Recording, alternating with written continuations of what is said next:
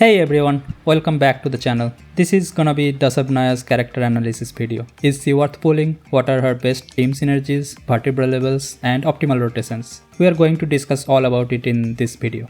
Alright, let's start with the quick TLDR conclusion of the video if you don't want to watch through it all. Dushevnaya is an ice support unit who excels at buffing teammates and doing AoE damages. While her solo performance is not that impressive, she is an excellent asset for the freeze team. That being said, if you are a free-to-play player, you might want to skip this banner, unless you are focusing on building the freeze team and have already invested into Makiatto, Suomi and Lotta. In that case, her V0 is very sufficient. Keep in mind, she will not perform at her best outside of the freeze team. For spenders, you can go for her V1 and V3 as some good breakpoints. Anything beyond that is luxury. As for her weapon, the SOP SSR rifle Samosek will do the work just fine.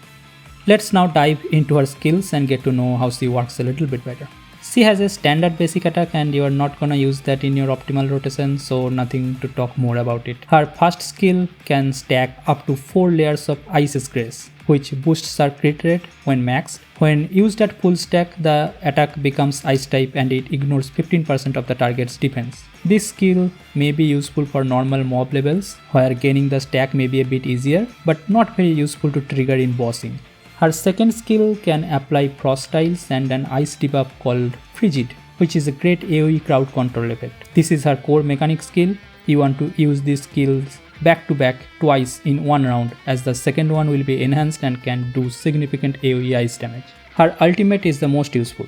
It provides a 10% damage boost to all ice type allies within a 7 tile radius and applies a freezing debuff to enemies in range. It also enables her support attacks and convection index recovery for 2 turns. This is crucial for her team synergy and makes her what she is.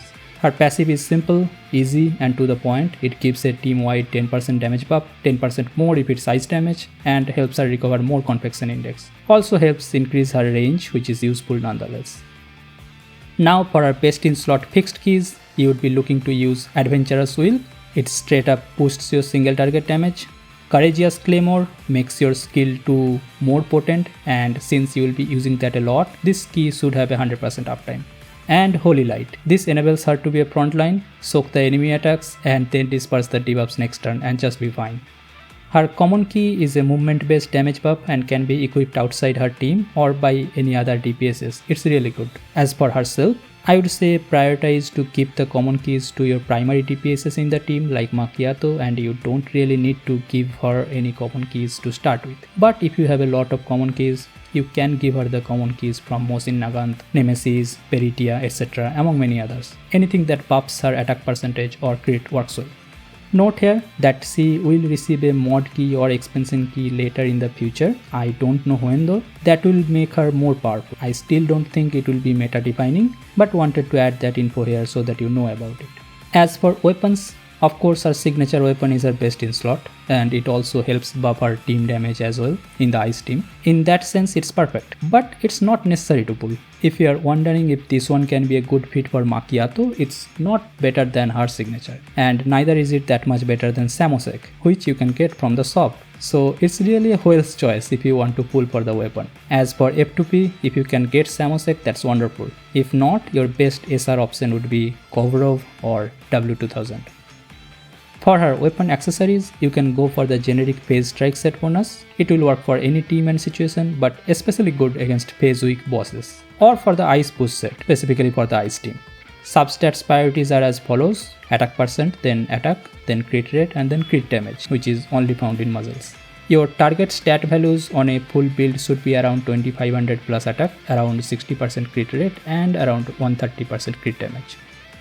When it comes to her vertebrae levels, here's the breakdown. She is sufficient at V0, but she got 3 good breakpoints: V1, V3 and V6. At V1, besides the range and damage buff, the team-wide mobility increase is the real kicker. V2 simply buffs her damage potential more and works very well alongside her keys. V3 makes her an AoE powerhouse. It buffs her bread and butter skill 2 and increases the range. V4 isn't the most cost effective, but nonetheless still improves her damage potential. V5 makes her solo damage output on par with other DPSs and she transcends from being just an offensive support. And V6 just simply takes her to another level, buffing her both single target and AoE potential as well as buffing her whole team, especially the Ice team, by a lot.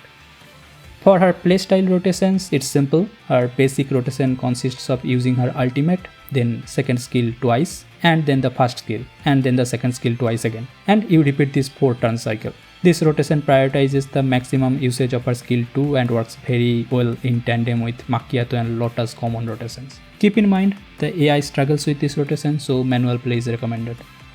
It's very clear that she belongs to the Freeze or Ice team. Her potential is very much nerfed on other teams, so her best teammates would be Makiatto, Suomi and Lotta.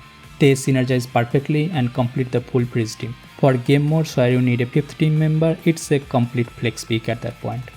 So, should you pull for Dushevnaya? Before I give a conclusive recommendation, I want to mention that the current difficulty level of the game is not very high that you need to must pull any character. If you like the design or gameplay of anyone, feel free to pull for them and you will do just fine. But strictly considering the meta potential, here's the recommended pull value. If you are F2P and not invested in Ice team, skip. Next best pull would be V0 with no signature weapon. And next would be V1 C0, then V3 C0 and then V3 C1. Next would be V5 C1 and followed by V6 C1.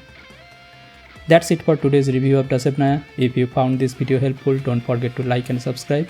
For more Girls Frontline 2 content, let me know in the comments if you are pulling for her and how you plan to use her in your teams. Thanks for watching and I'll see you in the next video.